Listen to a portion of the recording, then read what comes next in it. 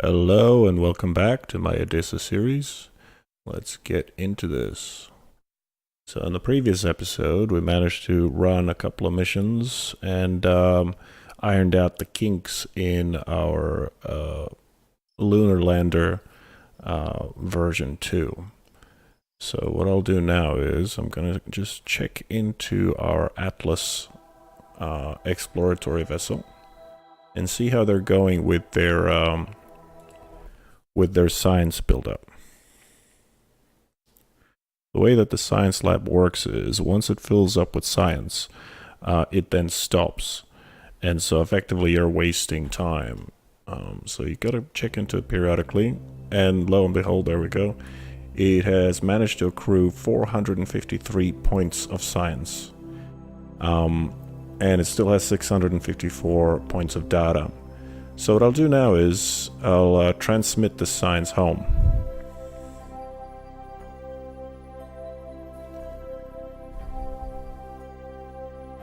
Okay, doing well. It's just gonna transmit for us over time.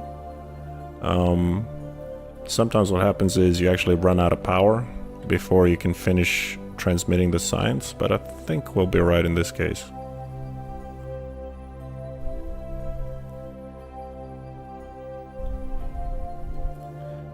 Okay, just fast forward a little bit.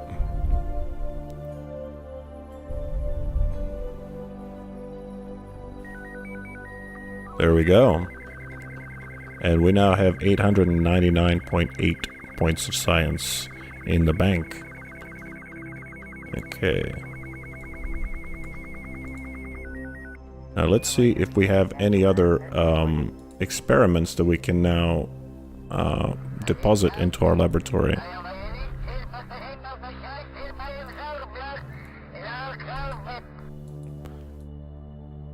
Okay, here we go. So 16 data, which we definitely have room for. Another 16. Okay. Another 16. Okay. Hello, 75 data. Do we have enough room for that? Quick math. Yes, we do. Beautiful. So our science lab is now almost full of data. The advantage is the more data that you have in your science lab, the faster its generation of science rate is. And of course, the more scientists with higher star ratings in terms of XP, the faster it generates science. So you can practically watch it as it counts up. As you can see, the least significant digit of our science is just counting up as we watch it, which is really cool. So that's that. I'm just going to keep the rest of all of these experiments.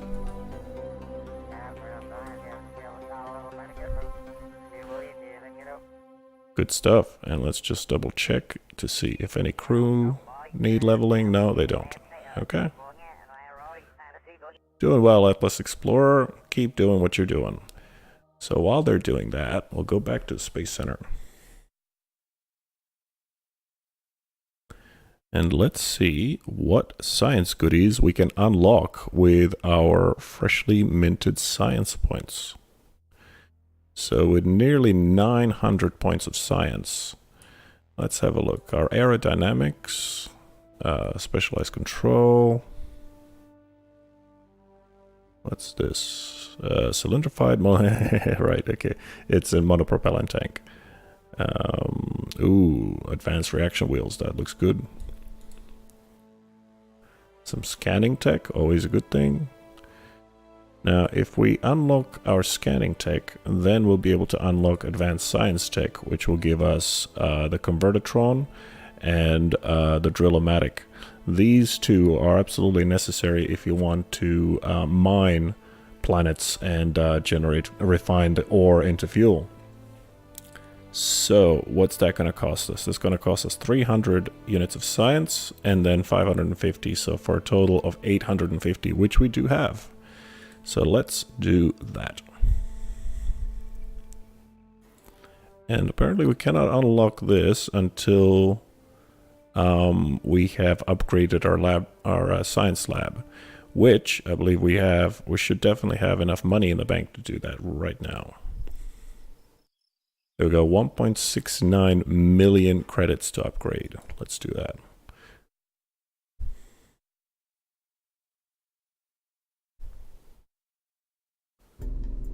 I'm not entirely sure what just happened, but I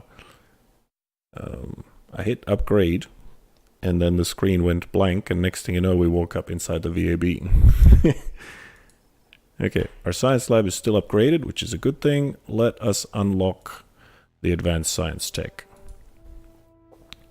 Good stuff. That leaves us with 50 science points, and we cannot unlock anything else, which is fine.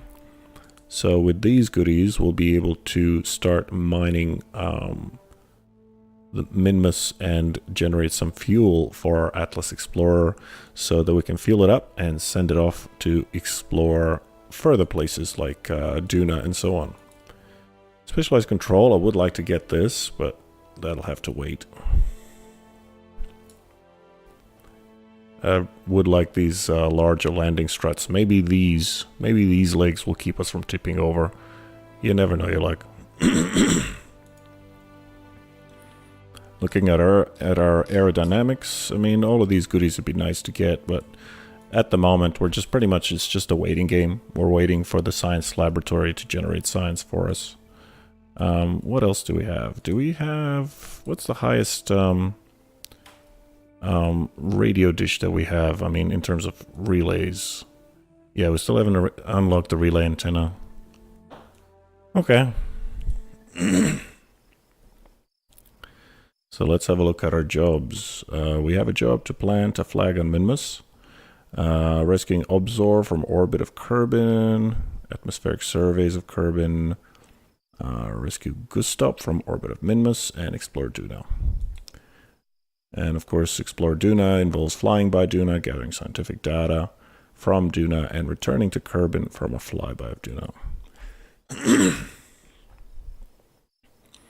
I'm not sure if we want to try to strike out for Duna right now. Then again, we may as well. You know, I mean, unless we want to do more rescues, but I think we've done enough of those lately. And, you know, there's a 5-year limit to rescue these guys, so I think we should be right. Okay. Let's see if we can do a flyby of Duna.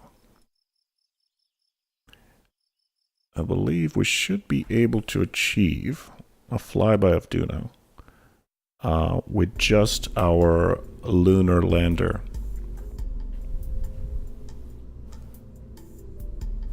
Sorry, our lunar explorer.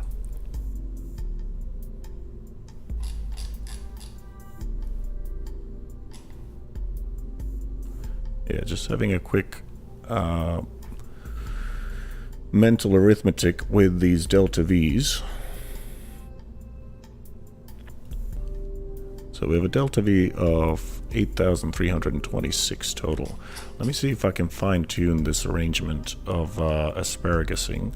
Maybe be able to squeeze in a little bit more in there. Do we have the offset? We do. We have the radial decoupler now. So I believe, just a hunch, go away. Just a hunch, but I think we might be able to eke out a little bit more delta V out of this rocket.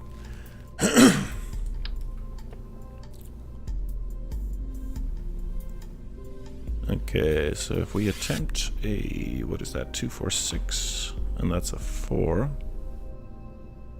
Okay, I like that. And so now if we position it against that. Okay, that gives us a delta V of 8,000. Well, that's just no good. Let's just Okay. Why is that not working? It's actually reduced our total delta V.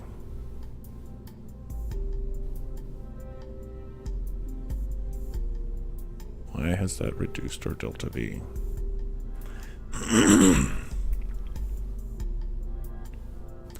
I'm guessing because it is an increase of weight overall. I'm definitely just double checking our staging.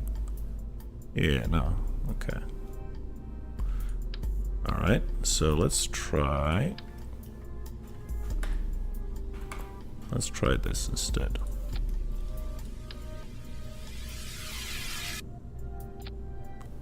Okay, so that gives us a delta V of 7,208. Okay, so let's clone that and do this, but instead of connecting to the center core, we want it to connect to its neighbor.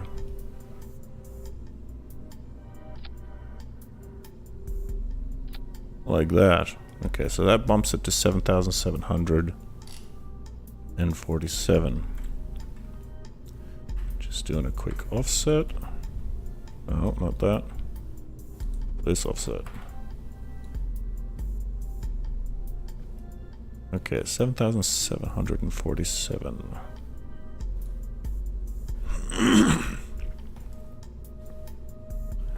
Okay, now we need to fire this one first.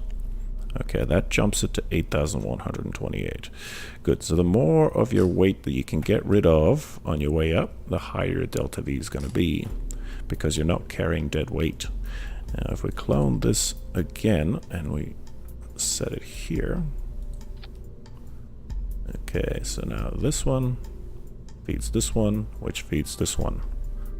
That is our asparagus. So that gives us 8,680 meters per second, and we have not even set our staging correctly yet. So this one should fire first. So 8,776.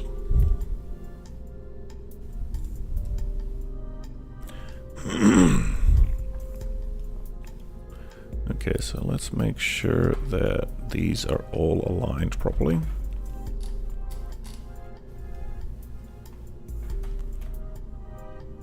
Okay. Lovely. And this one. Okay. So what's going to happen is we fire all of them at once. Okay. Then we stage this one first, because this one will be empty first. Then we stage this one, because that one will be empty next. Then we stage this one. And we stage this one, then this one. Okay. So having a quick look at our thrust to weights, they're all fairly consistent. Good stuff. Okay, and let's just make sure that this fuel line, this is mostly just aesthetic, just doing that. There we go. Okay. Now, our struts have become detached, so let's fix that up.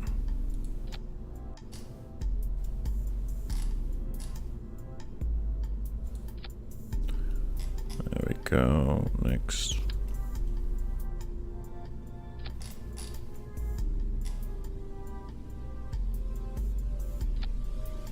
Lovely.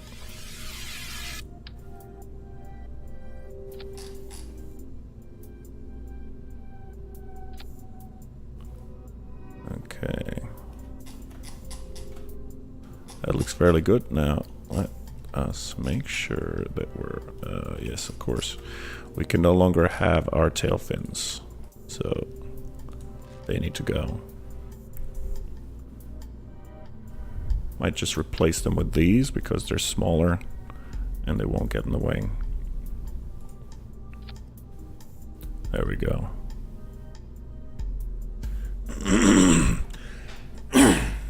Excuse me. Okay, now let's fix up these struts. Okay.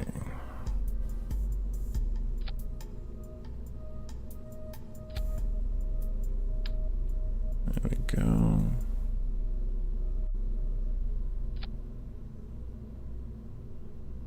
Like that. And last but not least,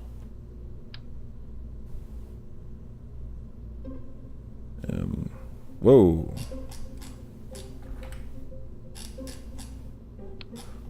Okay, I definitely did not mean to do that. So Alt, left click, there we go.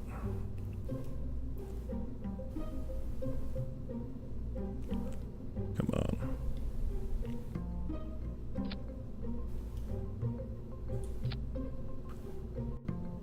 Okay.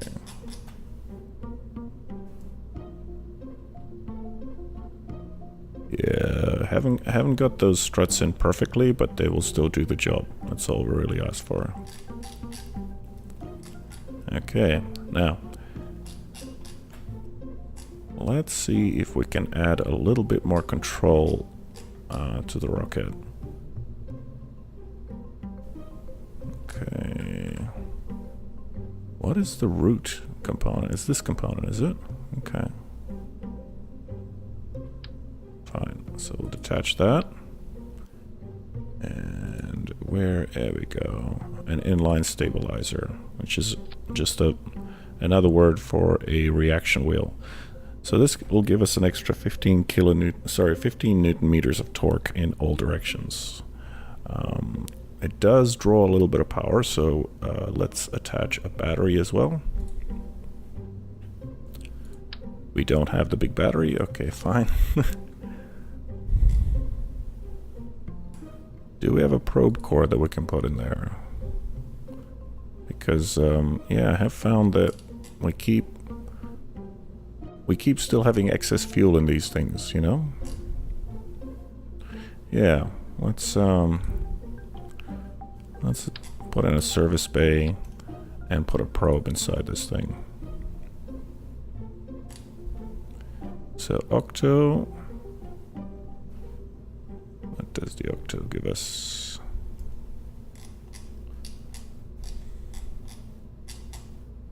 So this one is prograde retrograde, and this one's just stability assistant. So this one it is.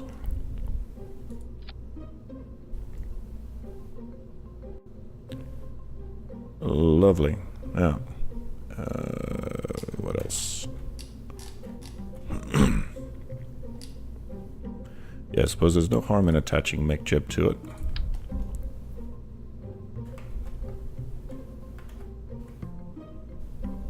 Hang on. Just making sure that there's only one of these. There we go.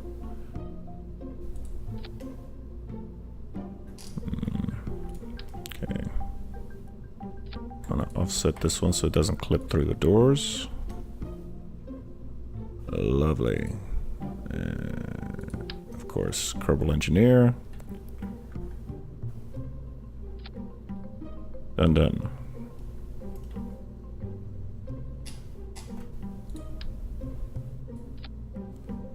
Okay, now this thing is also going to need a way to communicate. So just watching our Delta V. Our Delta V is sitting at 9,200. Which is impressive. It's like it suddenly jumped sky high while I wasn't looking. I'm not entirely sure what I've changed. All I've really done is I've just made sure our fuel is done properly and our staging is done properly. But yeah, such it is. Okay. Well, I'm not going to question Providence. 9,200 Delta V is exceptionally good for us.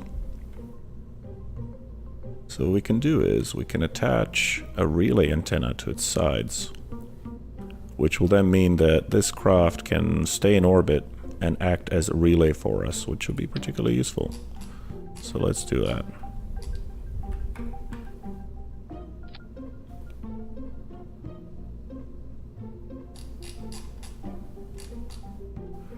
Yeah, that's good enough. So this thing is rated at 2G, whereas this thing's rated at 2G. Is there anything rated at more than that? No. Okay, well, relay antennas it is. So two of these will be, hopefully, I believe they're combinable. Or are they combinable? Relay,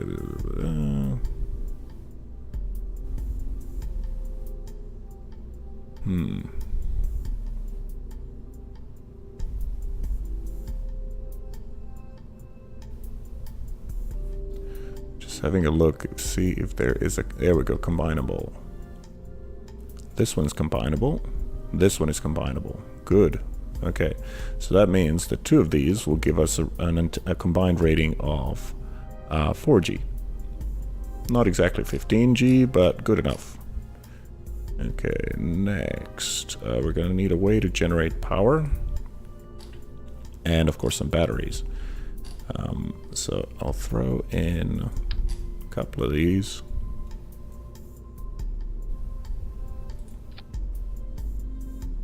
Yep. And some photovoltaics.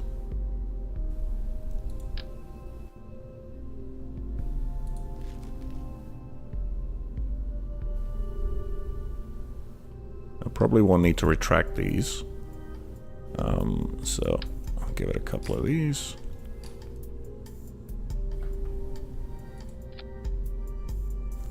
Lovely. Okay, that drops our total delta V to 9,087, which is still good enough, but still plenty.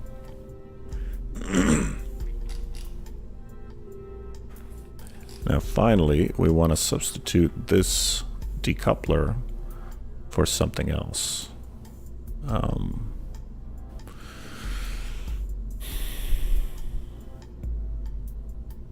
Decoupler's fine.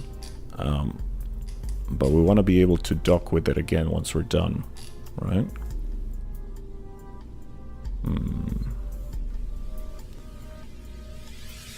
So what we can do is we can make this thing be able to dock with our Atlas. So if we give it a Clampotron, that will make that possible.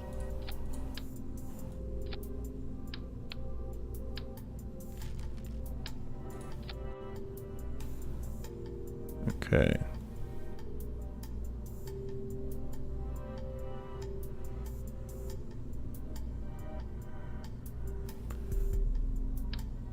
Now, of course, we'll need a Separatron.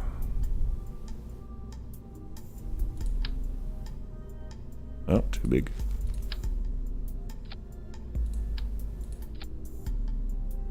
Okay.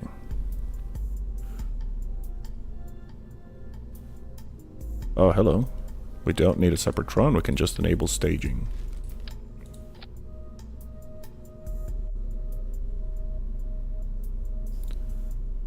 Lovely.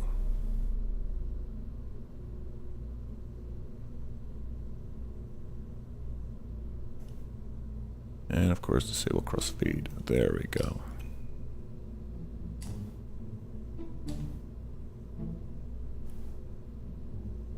Now the docking port is nowhere near as strong or as rigid enough, but hopefully this tiny bit of weight on top will not be fussed. I suppose what we can do is we can actually anchor it further up. Oh. Like that. No. No. So undoing that. Undoing that didn't do what I expected it to do. Okay.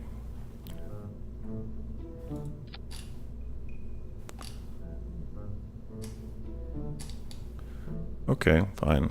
We'll just hope for the best.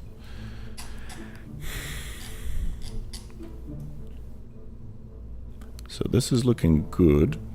So now what will happen is all of this will launch.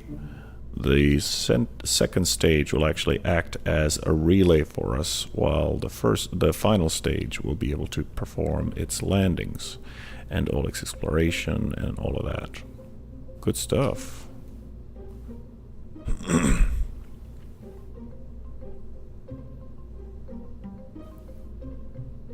Okay, now, what else? What do we want to attach to this thing? Yes, we want to be able to dock to it. So once we've undocked, we won't be able to redock using this one. So let's attach a junior to it. Just anywhere will do. There we go. So the final tally is 9,025 delta V. Okay, and let's attach this.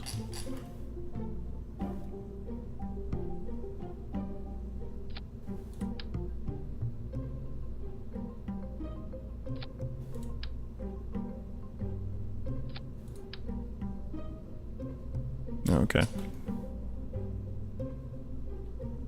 Yeah, I suppose that will do.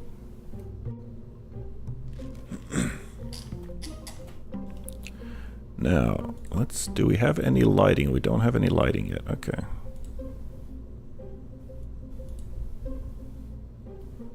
Oh, yes we do. Good. That means that we can put up lighting here. Let's see. So it will light up our craft. Not entirely sure why it's insisting on being rotated such a way, but anyway. What happens is when we launch at night, these things will light up our craft from underneath. There you go. Okay. Now, just a couple of more touches. I just want to give it some indicator lights.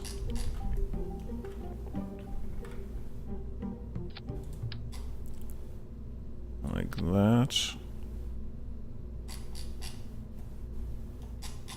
Just so it's visible to us. And let's turn this thing on so then that's blinking instead of continuous. There we go.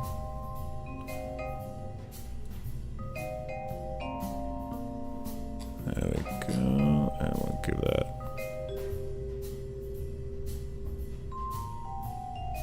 I don't like the look. Yeah, there we go. Green will do. Drop that to about 300. Okay, that's looking good. I'll clone that and just offset it a little bit.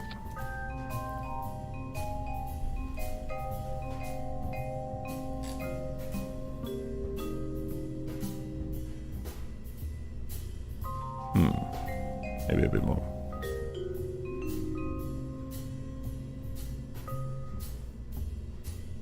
Lovely.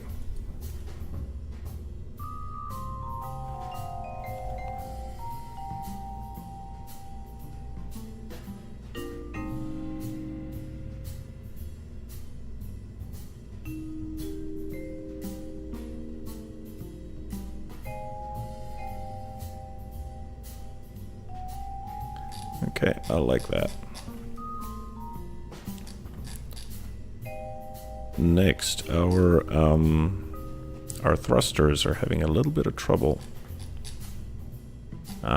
They were a little bit offset last I checked, so we need a way to fix that. So if I can move them over here. There we go.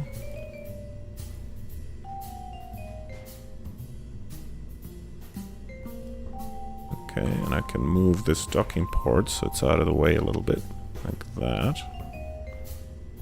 Yep, and now I can move these guys further up so they're a bit more centered. There we go. Of course, move this so it's a bit more out of the way. Okay, and of course our solar panel is now in the way, so we'll move that. Yeah, that's looking better.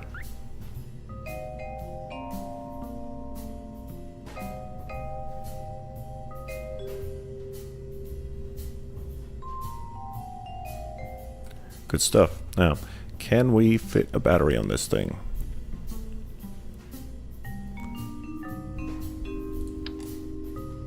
Well, no, not in there. Where can we fit it?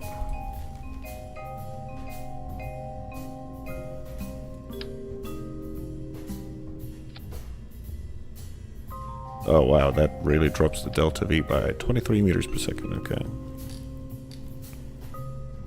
I suppose we can just put it up top here. There we go.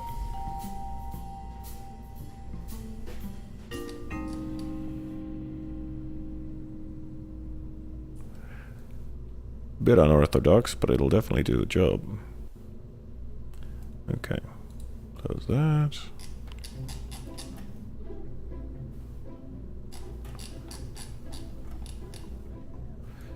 Lovely. Now, can we do anything to help the stability of this thing? Suppose if I introduce just a tiny bit of rotation, just to splay the legs out just the tiniest bit, you know? Oh, for the love of... Okay.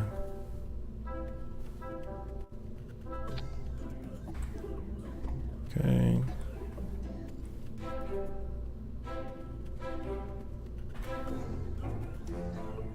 Just bring them in. There we go.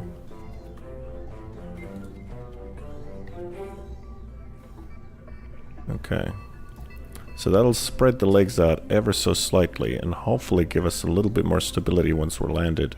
Really getting sick and tired of toppling over, you know? Is there anything we can do? Okay, so damper strength. I don't know what these things do, but I will try to just raise them by a little bit. You know what? I'm gonna raise them by a lot. So the damper, I'm guessing, is the shock absorber, whereas the spring is, of course, the spring. If the spring is stronger than the shock absorber, the spring will oscillate out of control. If the damper is too strong, that'll be too stiff. Okay.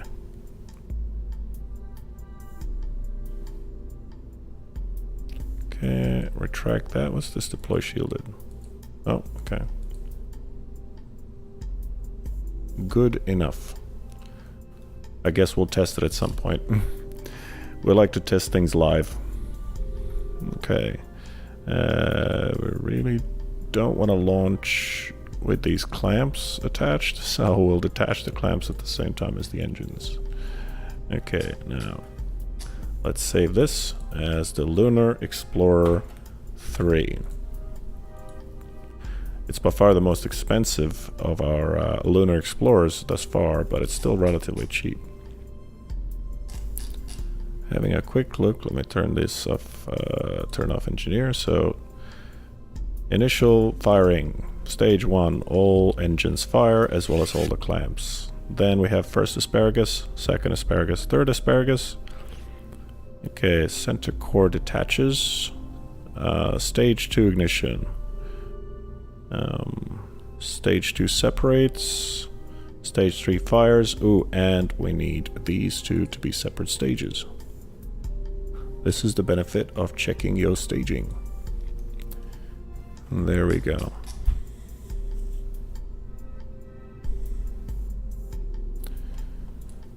Yeah, you know, I think this should do it. Let us see how it flies. Because we are striking out for Duna, we are going to need at least some kind of a pilot on board. So Elio it is, who is our only pilot on the roster at the moment. Can we change his outfit? Yes, we can. And I don't like that one, so I'm gonna go for that one. Saving that. Now this is a load of stages. I don't know how this is gonna fly, but we're gonna find out.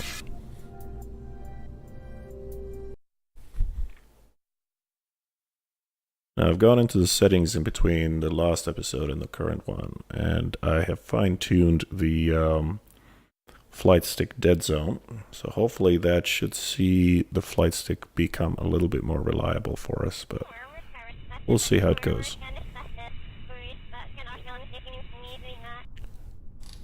Okay, so nothing's blown up, always a good sign, and there's our lighting of our craft, looking beautiful.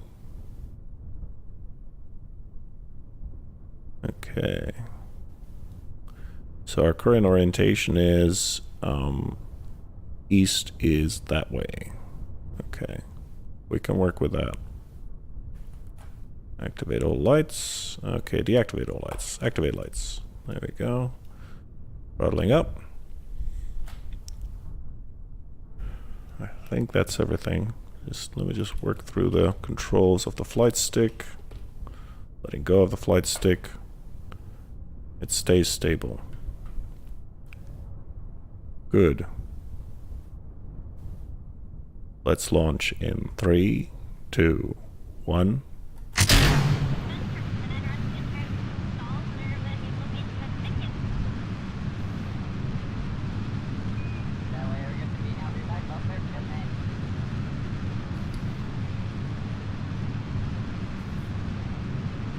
Okay, good liftoff.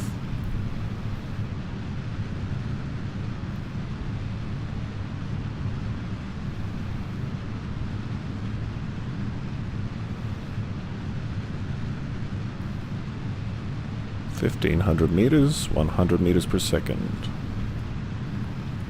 Starting our lean over towards the east.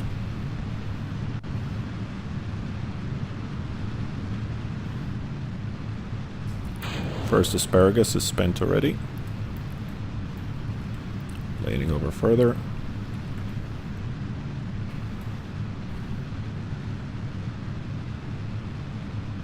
(5 kilometers altitude).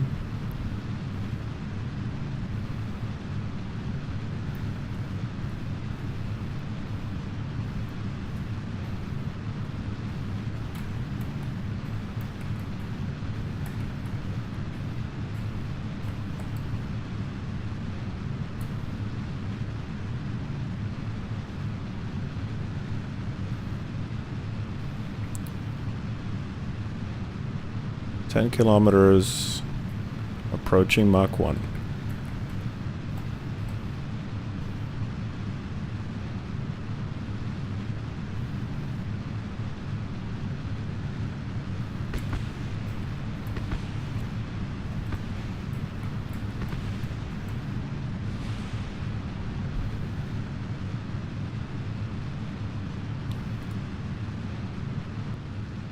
Doing well. Second asparagus staging.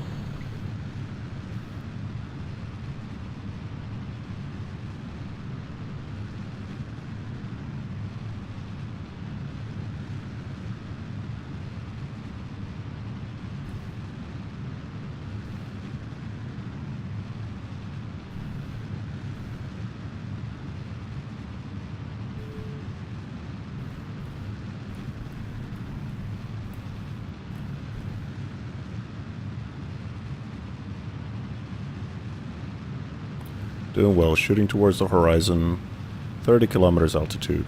So far, so good.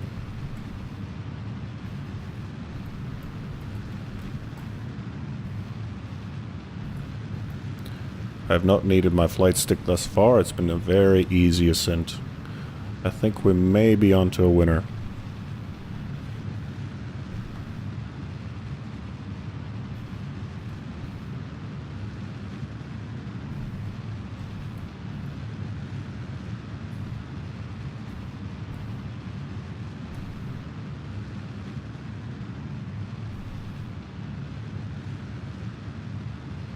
Doing really well. 40 kilometers altitude. Apoapsis of 47 kilometers. Approaching orbital speed. We're 1,600 meters per second and rising. We're aiming for 2,200 meters per second. Starting to see a little bit of surface heating. This is normal at this altitude and speed.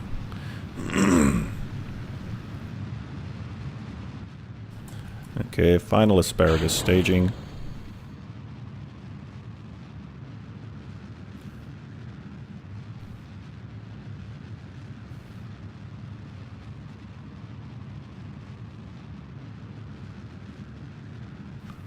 Done really well. We're above 2,000 meters per second at 52 kilometers altitude and rising. Atmospheric pressure is less than 8 newtons per meter squared. 72 kilometers apoapsis. We are now at 55 kilometers and rising. Engine shut off. We are coasting to apoapsis.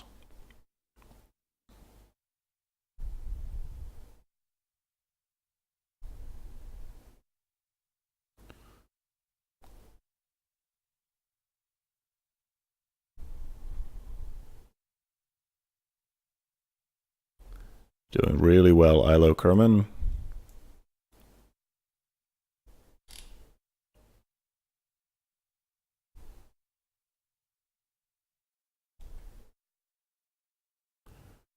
Okay, apoapsis in 3 minutes and 30 seconds, 63 kilometers altitude. Atmospheric pressure is less than 1 Newton per square meter. Approaching 65 kilometers altitude. Exiting the atmosphere in 29 seconds. Next to no atmospheric drag at this altitude, we're doing really well.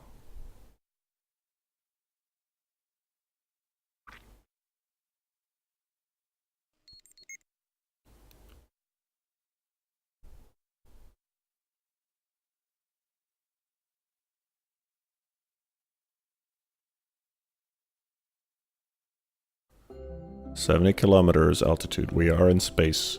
Deploying solar panels and radar dishes.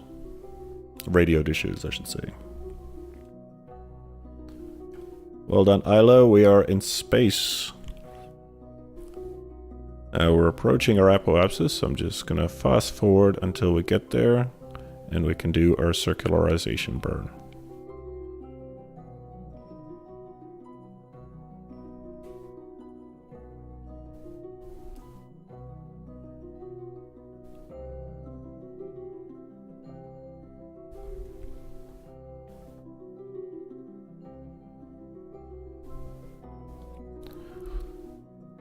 Apoapsis in 15 seconds, throttling up.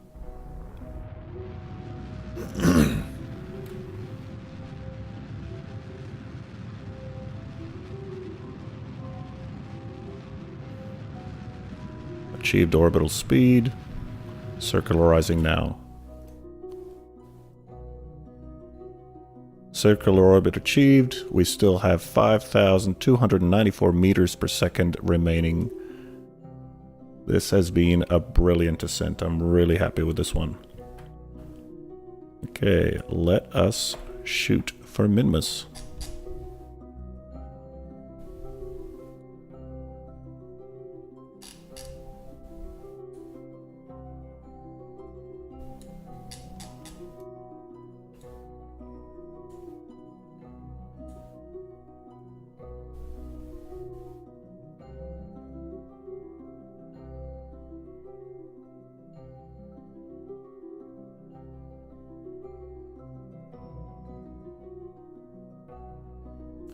Okay, looks like we can't really get that far out before hitting the moon, so that's fine. We will use a moon flyby to inject us into a Minmus orbit.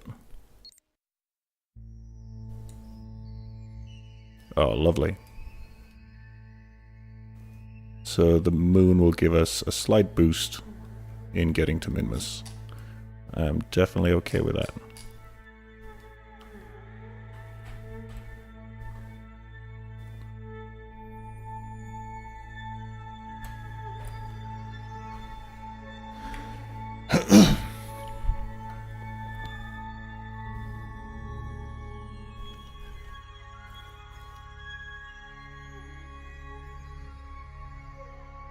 Just getting ourselves ready to be able to fire towards our maneuvering node.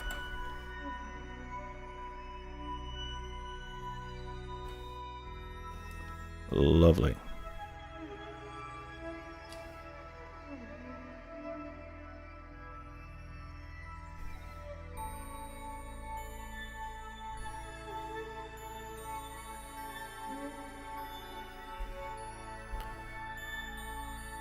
Alright, let's fast forward to our maneuvering node.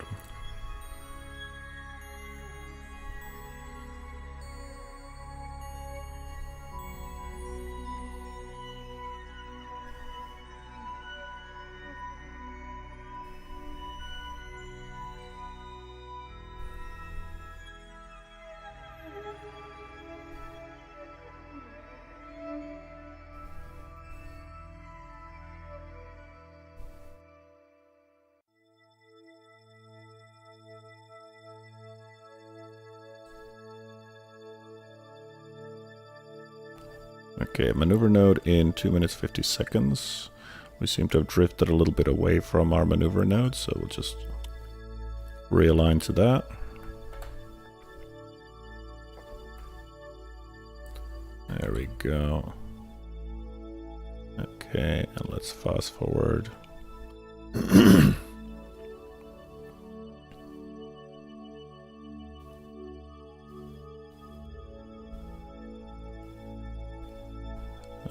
maneuver node in 5 seconds, throttling up.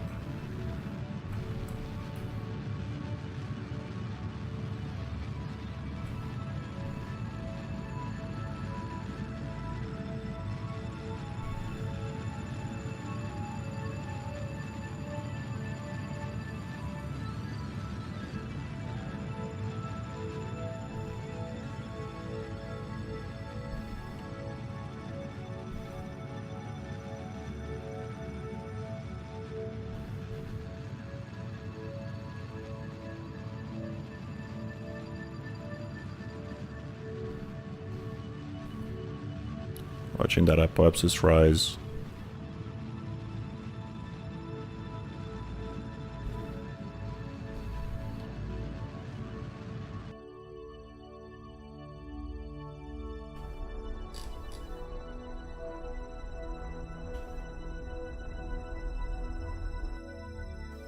Lovely. Beautiful.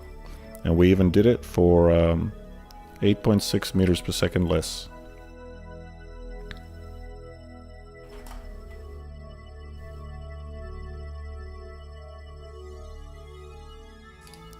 Beautiful. Let's take a picture of that.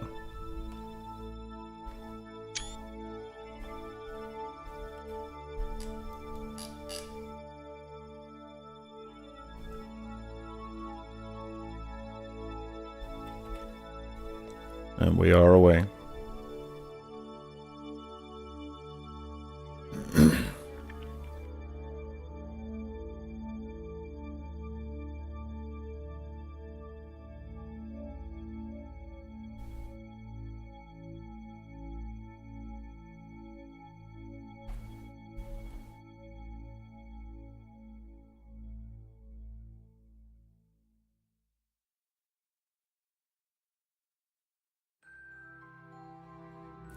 Okay, coming up on the moon.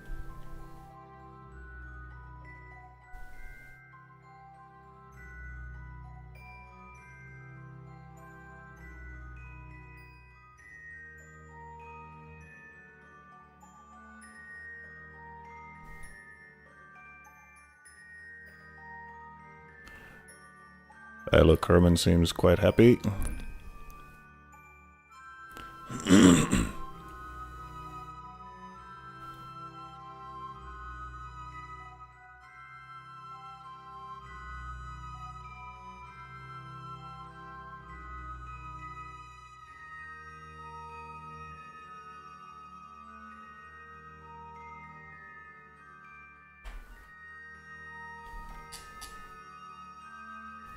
And away we go. So let's have a look at what our intercept is going to look like. Yeah, that's perfectly acceptable to me.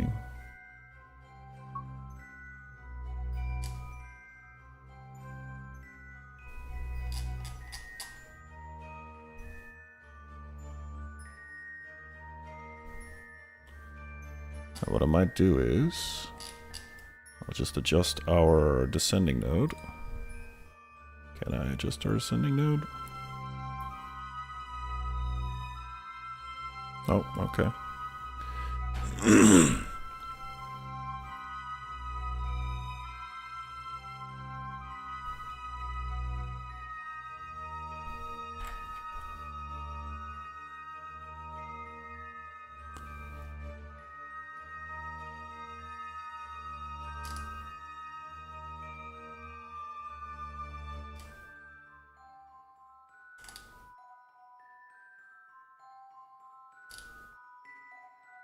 There we go.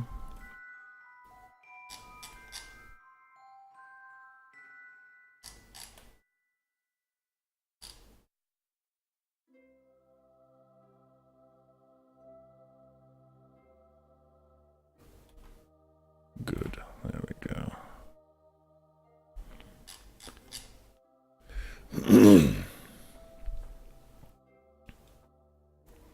Now, first thing I'll do is I'll circularize around Minmus, and then I'm going to attempt to change orientation to match that of our Atlas Explorer.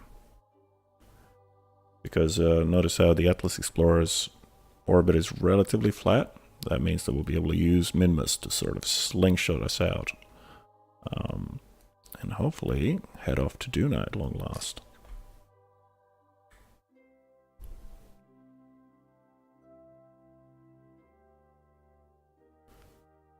There we are. Okay, we're at Periapsis, throttling up.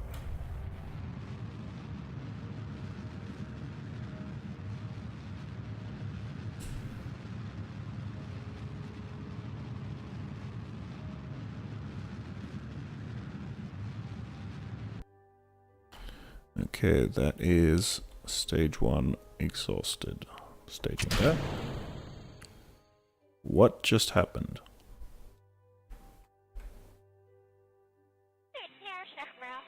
Something launched from the top of our vessel. What just ejected?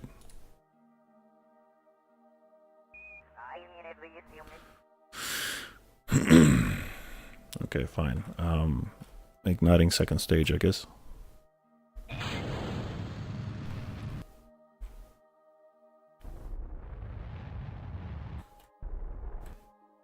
And we have circular orbit. Good. Let's change our orientation.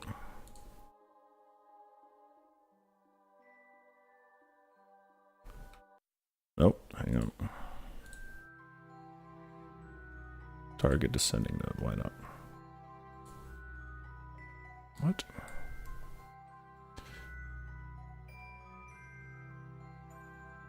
I guess.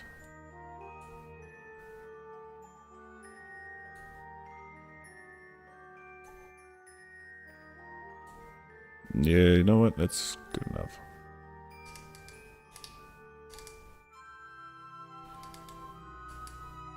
Okay, good enough.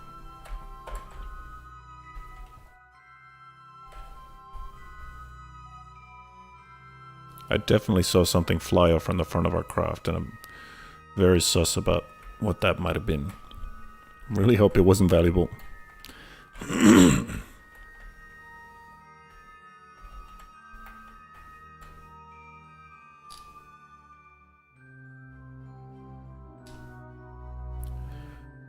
Alright. We'll find out in due time.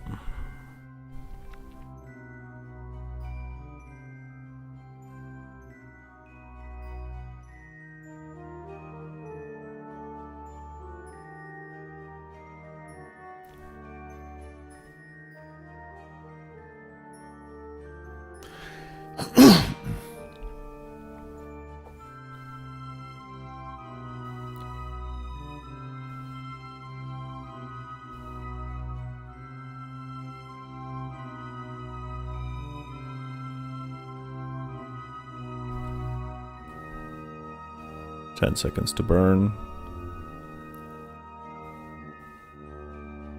5 seconds to burn. Throttling up.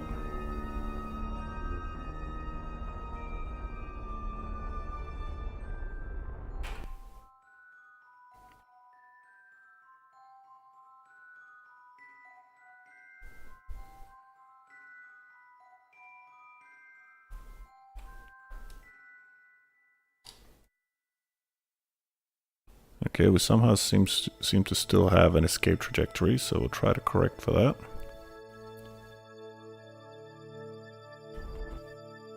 Okay, we're circular orbit. We're off from Atlas by 0.9 degrees, which is not too bad. That will definitely do us. Okay. Let's see what we need to do to get to Duna. So Duna is roughly 45 degrees behind us, which is a good spot. That should be roughly within our transfer window. Okay. So we're traveling in this direction, which means we want to eject from Minmus in that direction. Okay.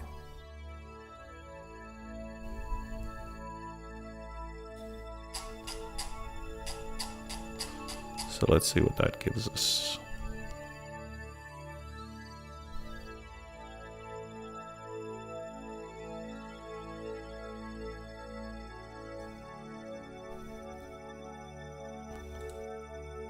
Oh, hello.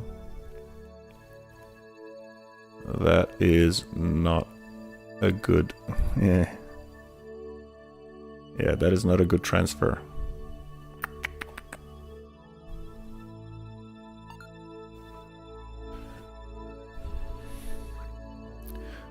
So I seem to have misunderstood what a good angle is for a transfer window. At the moment, we're 45 degrees ahead of Duna.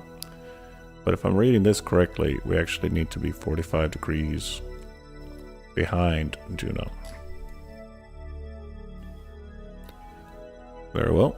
Let's see if we can head for Eve instead.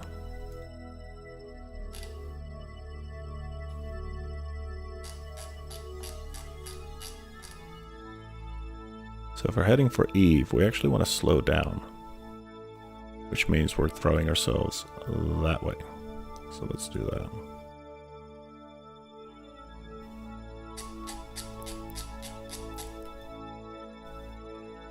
Slowing ourselves down.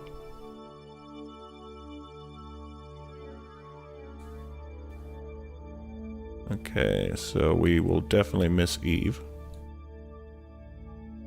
as well. Oops. Oh. So when Eve is here, we'll be here. Okay. What about Moho?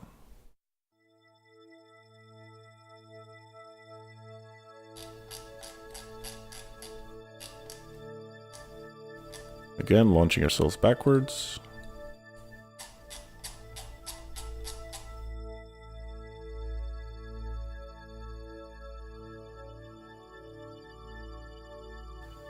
Oh dear. Oh, that was the wrong way to go. Let's try this again. So that way.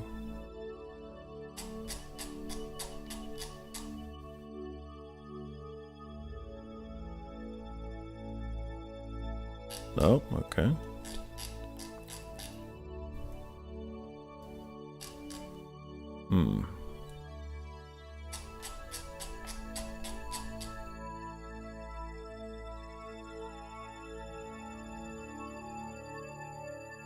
No, okay. It is quite possible that ejecting from Minmus isn't the wisest thing to do, so let's just get away from Minmus for a bit.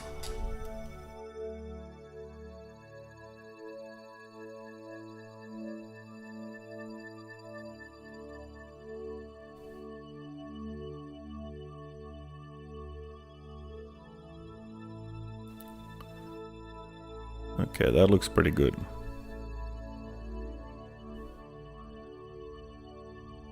Oh, too far. Okay. That will do.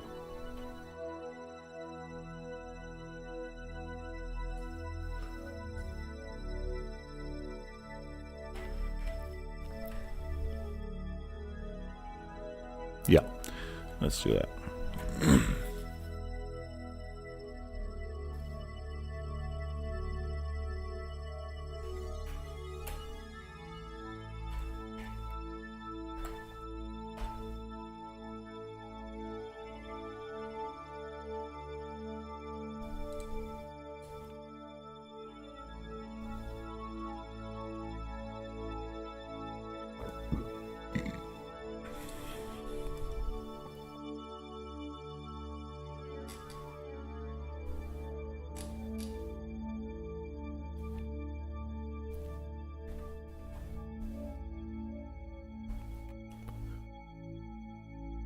Three minutes to burn. 10 seconds to burn. 5 seconds. Throttling up.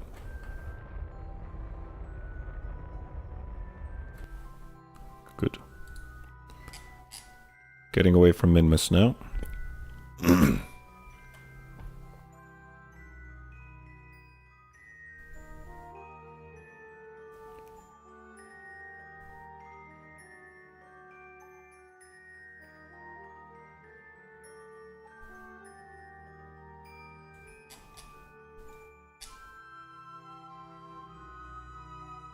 See if we can circularize around Kerbin.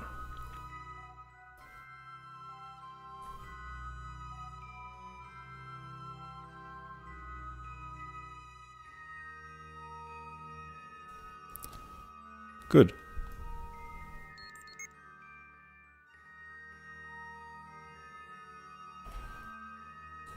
So we'll add a maneuver node for that, which is going to happen in 8 days.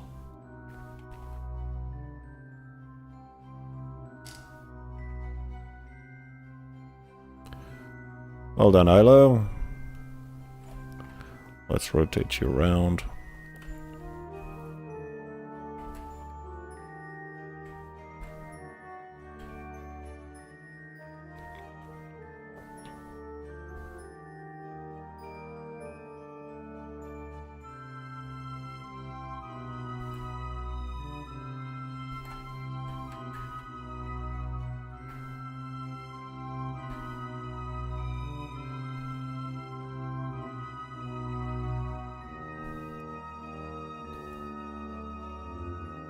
Alright then.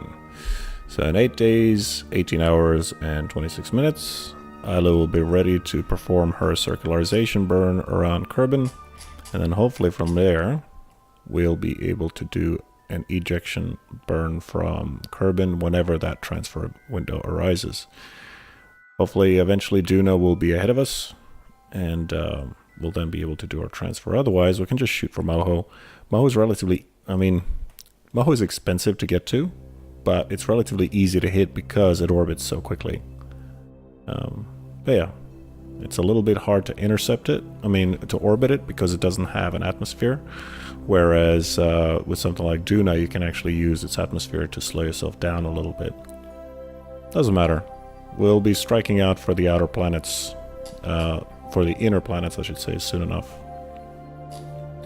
Meanwhile, I believe it has been a couple of days of our fast forwarding, so let's check in with our crew of the Atlas.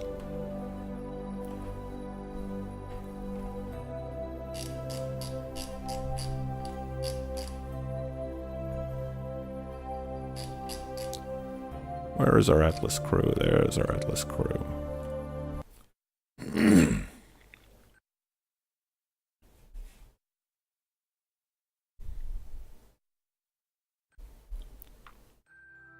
There we are, and how are we doing? So we have 460 points of science accrued, just from it sitting there. Beautiful. So let's transmit that science home.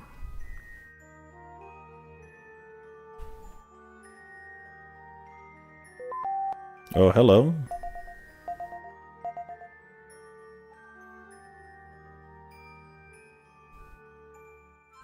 We're almost out of power. Hey! There we go. We're almost out of power there. Why were we almost out of power?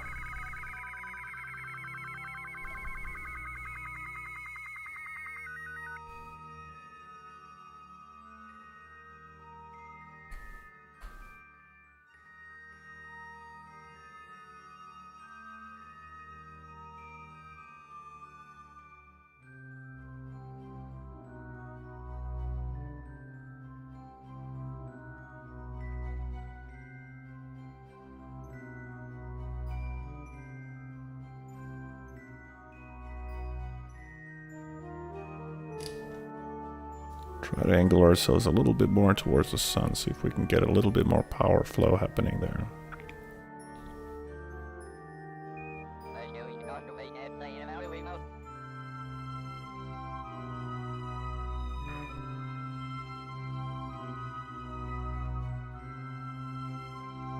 That's more like it. Whoops.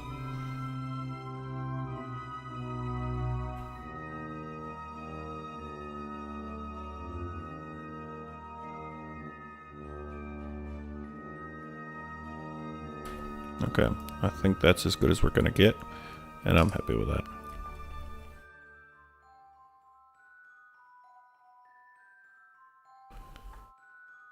Okay. Leveling up any crew? No? Okay. Let's see if we don't want that. No. Is there... Oh, there's a raw alarm. No. Science lab? Ooh, hello. So target science... yeah, why not? So we can actually add an alarm when the lab is full of science. and it will go off, and then we can go and collect our science. Let's do that. So that's going to happen in 13 days, 22 hours, and 12 minutes. Having a quick look at our available data storage, let us review our data and see what else we can feed the science lab.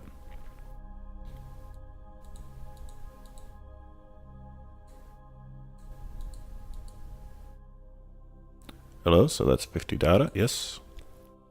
This is 31 data, yes. Leaving us with 15 data remaining. We'll keep that. Too much.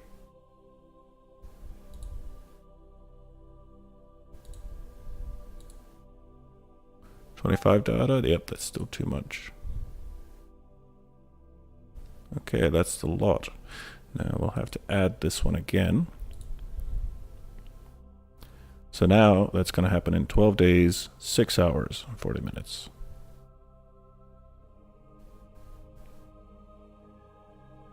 Good.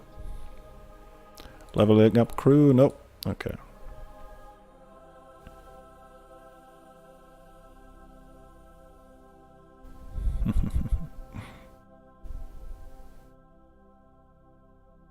Lovely.